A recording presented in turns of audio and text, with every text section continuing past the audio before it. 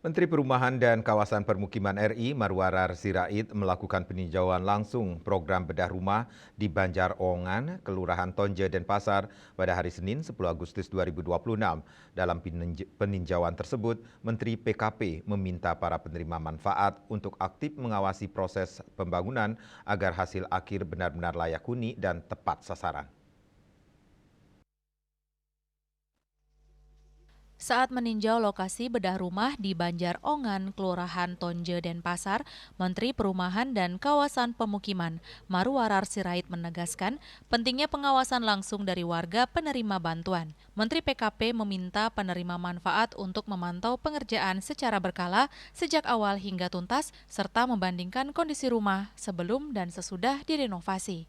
Langkah ini penting untuk memastikan hasil pembangunan sesuai dengan standar kelayakan yang ditargetkan. Selain pengawasan mandiri oleh masyarakat, pemerintah juga menyiapkan pengawasan teknis dengan menerapkan pola stimulan berbasis gotong royong. Pada kesempatan tersebut, pemerintah turut menyerahkan tambahan bantuan sebesar 10 juta rupiah per unit rumah untuk perbaikan bagian krusial seperti atap dan jendela. Janji ya 31 kita buat. Ibu, ini wayan pagar rumahnya dari tidak layak huni, jadi hancur-hancuran begini, jadi baik.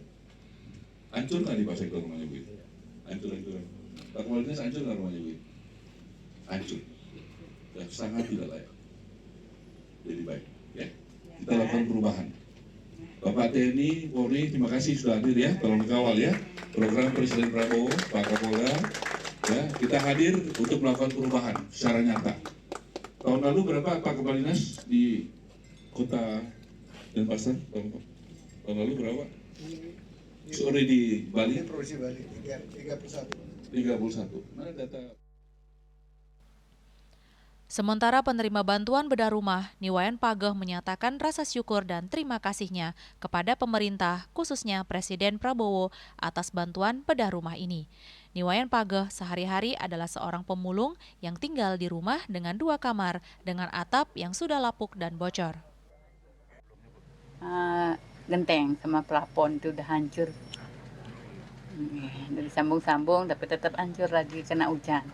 Yang akan diperbaiki sekarang apa ya? Atasnya sama kolongnya. Ininya tembok nggak dicat atau gimana? Enggak. Saya kan hanya biar nggak kehujanan itu aja. Kan biaya juga sedikit, saya juga punya sedikit.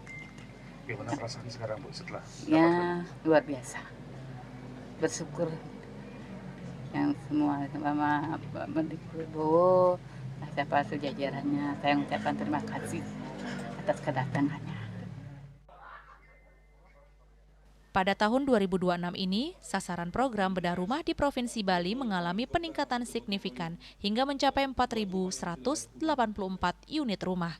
Peningkatan kuota yang sangat drastis ini menjadikan aspek pengawasan sebagai kunci utama agar bantuan tepat sasaran dan memberikan manfaat nyata bagi masyarakat penerima. Riase, Bali TV.